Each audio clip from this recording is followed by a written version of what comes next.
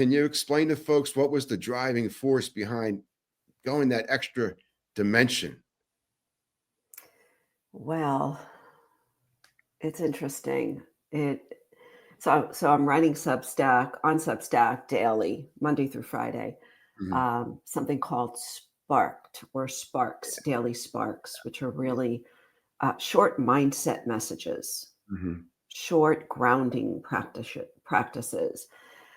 And the idea came to me in December, actually December 12th. It just flooded into me to do this. I had been hosting a podcast myself for 9 years. Mm. And at times they were daily. And it was just a solo podcast. They were 3 to 6 minutes long, very off the cuff, unscripted. And honestly, Ed, the reason I started this podcast 9 years ago was because I've been teaching fitness, movement, Mhm. yoga for my entire adult life. And I found that, especially in yoga, as you know, you don't want to talk the entire class. If there's Mhm. anything that represents my style of teaching, it is real trust in the intelligence of every single student in the room and Mm. their own brilliance. And if I'm talking the whole class, well, then they don't have the opportunity to really hear what Mm. their body, their soul is telling them.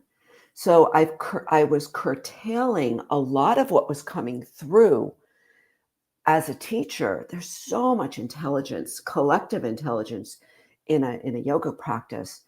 And so I, instead of just speaking into the class, I would go home and I'd speak it on a mic. So Mm. it was my way of just downloading. And so after a while, our mediums change in this lifetime. There's Mhm. always creative expression, but the Yeah. medium, maybe it's clay or a paintbrush or Mhm. a recipe.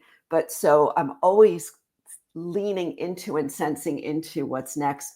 And I dove into the writing aspect of Mhm. this creative expression.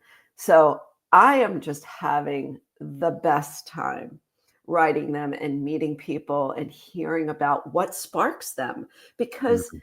you know not everything is going to spark everybody every day, and I certainly know that, but there are an infinite number of ways to explain this brilliant opportunity to be alive on this planet at this time.